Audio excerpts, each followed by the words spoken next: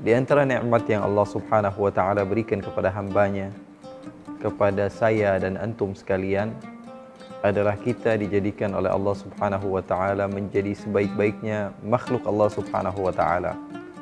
Allah menjadikan kita sebaik-baiknya umat. Bahkan Allah Subhanahu wa taala firmankan dalam Al-Qur'an, a'udzubillahi minasyaitonir rajim, "Tsumma awratsnal kitaba alladzina istafaina min ibadina." Kami berikan Al-Quran kepada hamba-hamba kami yang kami pilih dari semua makhluk Allah Subhanahu wa taala. Kalau Allah mahukan, maka boleh saja kita ini menjadi umat-umat Nabi terdahulu. Boleh jadi kita menjadi umat Nabi Nuh, atau umat Nabi Lut, atau umat Nabi Sulaiman, atau umat Nabi Musa, atau umat Nabi Isa. Tapi Allah tidak jadikan kita umat-umat Nabi terdahulu. Allah Subhanahu wa taala pilih kita, alladzina istafaina min ibadina. Saya pilih, kata Allah Subhanahu wa taala, dari semua hamba-hamba saya jadikan mereka yang terbaik adalah umat Nabi besar Muhammad sallallahu alaihi wasallam. Oleh karena itu nikmat ini perlu dijaga. Dijaga dengan mematuhi segala perintah Allah dan menjauhi larangan Allah Subhanahu wa taala, dan terus-menerus meminta kepada Allah Subhanahu wa taala kemantapan hati, karena tidak tahu kita akhir daripada kehidupan kita. Terkadang kita nampak diri kita adalah orang yang saleh, orang yang dekat kepada Allah.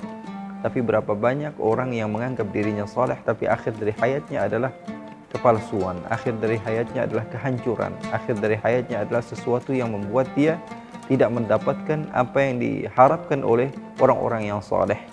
Nabi Muhammad SAW bahkan mensifatkan bahwa ma bainahu wa bainal jannati illa zira' fayasbiqu alaihi alkitab fayamalu bi'amali ahli an-nar fayadkhuluha. Tidaklah antara dia dan syurga kecuali satu jengkal saja, satu zira'. Tapi Allah catatkan dia adalah orang yang celaka, orang yang tidak mendapatkan syurga dan menempati neraka, maka dia masuk ke dalam api neraka. Na'udzubillah min dzalik. Oleh karena itu, selain kita berikhtiar, selain kita bersungguh-sungguh di dalam mematuhi perintah Allah, menjauhi larangan Allah, kita banyak-banyak minta kepada Allah supaya hati kita dimantapkan. Ya muqallibal qulub, tsabbit qalbi ala dinik wa ala ta'atik. Ya Allah yang membolak-balikkan hati, mantapkanlah hatiku di dalam keimanan kepadamu. Karena Allah mudah saja bagi Allah Subhanahu wa taala. Allah senang membolak-balikkan hati manusia. Ada orang yang benci kepada Nabi berubah menjadi cinta kepada Nabi. Ada orang yang cinta kepada kita berubah menjadi benci kepada kita. Manusia seperti itu, mudah berubah. Maka dari itu keimanan kita jaga dan meminta kepada Allah supaya dimantapkan hati. Salah seorang ketika Rasulullah sallallahu alaihi wasallam di Fathu Makkah, Nabi Muhammad sallallahu alaihi wasallam ketika itu sedang tawaf di Ka'bah. Salah seorang di antara musuh Nabi Muhammad sallallahu alaihi wasallam mencari-cari di mana Nabi Muhammad. Dia sengaja mencari Nabi Muhammad dan ingin membunuh Nabi Muhammad dari belakang, karena dia tahu kalau dari depan dia pasti kalah. Nabi Muhammad SAW bukan hanya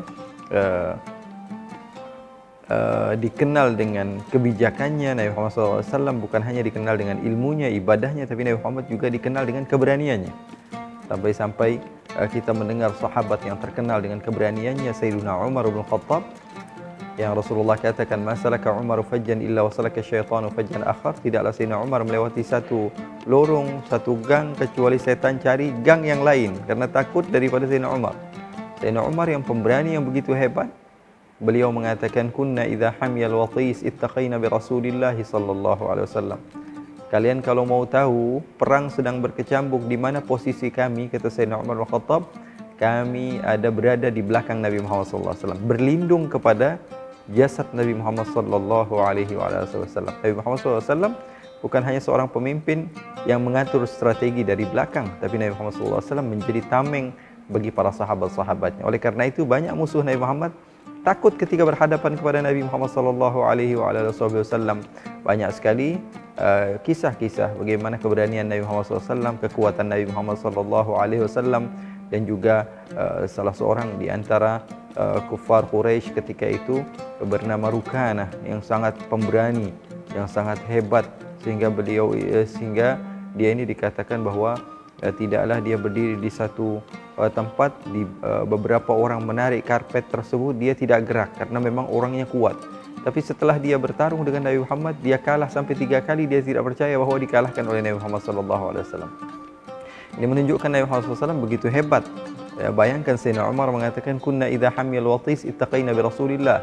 Kami kalau perang sedang berkecamuk, kalian mau tahu posisi kami di mana? Apakah kami menghadang musuh? Tak, kami semua berlindung di belakang Nabi Muhammad SAW.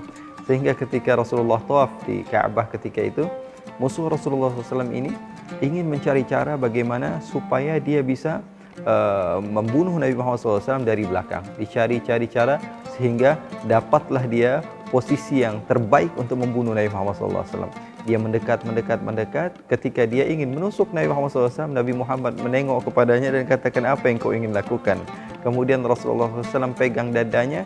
Kemudian Rasulullah SAW doakan ketenangan di dalam hati orang tersebut. Lalu dia menangis dan mengatakan, asyhadu an la ilaha illallah wa asyhadu annaka rasulullah. Saya bersaksi bahwa tiada Tuhan selain Allah, dan saya bersaksi bahwa engkau adalah utusan Allah.